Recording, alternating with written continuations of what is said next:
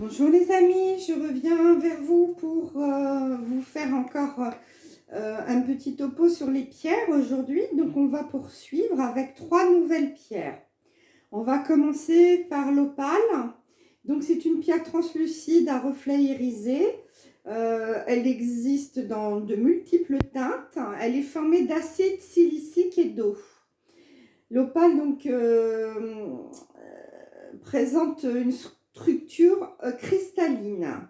Donc, on la trouve en Australie, au Mexique, au Brésil, en République tchèque et en Hongrie.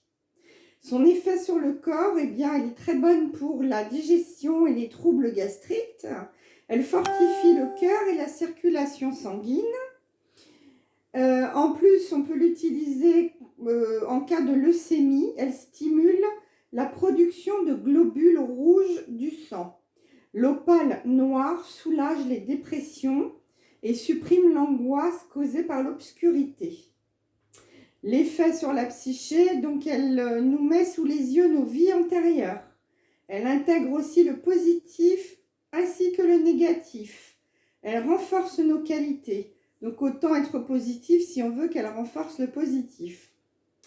Donc elle nous donne la joie, la clarté de l'intuition. Elle apaise nos angoisses et nos dépressions.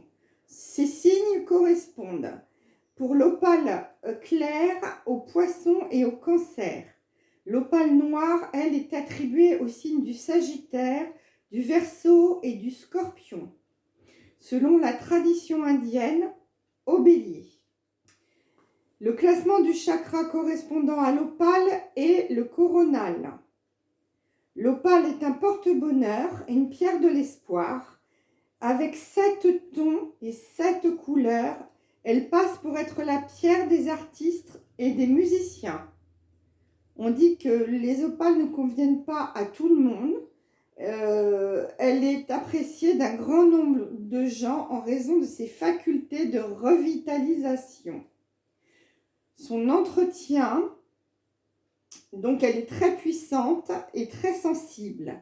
Elle déteste le parfum, le maquillage et choses du même genre.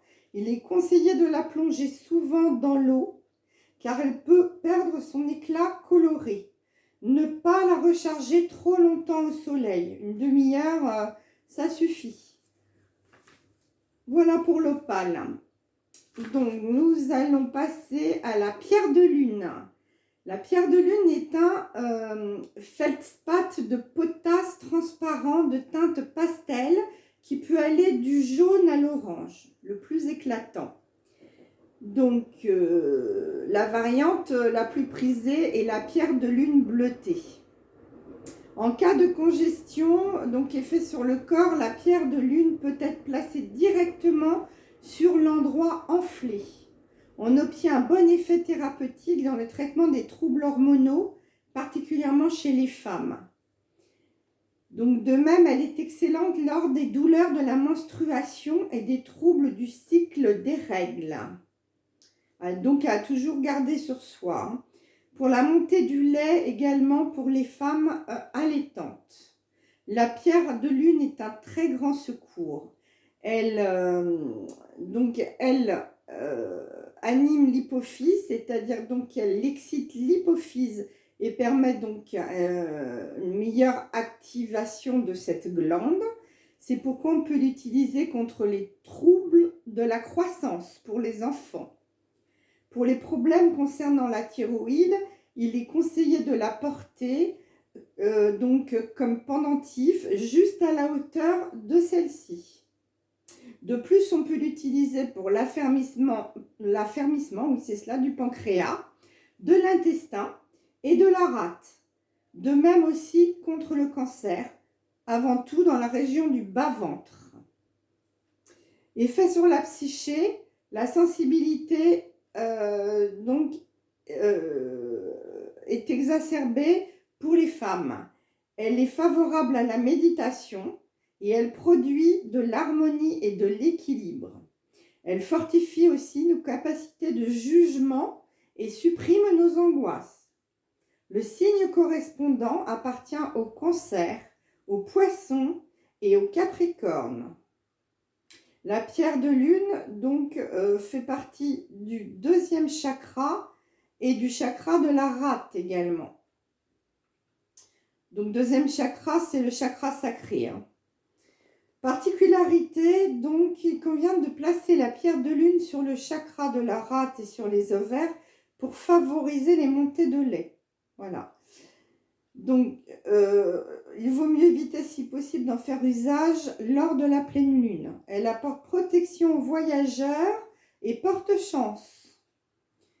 Pour son entretien, il est recommandé de la nettoyer sous l'eau courante et de la recharger au soleil après chaque usage. Donc, non pas à la lune. Hein. Je vous ai expliqué, la lune est un astre artificiel. Donc, au soleil, pas trop longtemps, une demi-heure, ça suffit. Voilà pour la 2e. Donc, nous allons parler aujourd'hui de pyrite. La pyrite de fer. Hein, donc, elle est de couleur jaune, cuivrée ou dorée. On la trouve principalement donc, en Italie, sur l'île d'Elbe, aux États-Unis, au Canada, au Chili, au Mexique et au Pérou. Effet sur le corps. Cette pierre donc est remarquable pour les voies respiratoires, les bronches et les poumons. Elle supprime les infections dans ce domaine et les blocages. Elle améliore la circulation sanguine et la respiration de la peau. Donc, en cas d'épuisement nerveux également, elle est bénéfique. Elle est aussi indiquée à cause de sa chaleur pour soigner les problèmes intestinaux et digestifs. Donc, l'effet sur la psyché, elle atténue les angoisses, la dépression et les sentiments de frustration. La pyrite appartient au signe du bélier. Elle est attribuée au plexus solaire et au chakra de la gorge. Particularité, la pyrite s'accroît si on la place sous une lampe jaune pendant 20 minutes. Ça veut dire qu'elle est encore plus efficace. Donc, nous pouvons l'utiliser aussi bien sous forme brute que polie, en pendentif ou en bijou. Et elle se nettoie uniquement dans le gros sel sans l'eau. Donc, gros sel à sec, car elle devient rapidement mate si on la passe sous l'eau. Donc, la pyrite à conserver aussi sur soi, pas en permanence pendant donc, les périodes de crise. Voilà pour aujourd'hui. Eh bien, écoutez, je vous souhaite un excellent week-end, les amis. Et puis, j'espère que cette petite capsule vous sera efficace et utile. Je vous embrasse.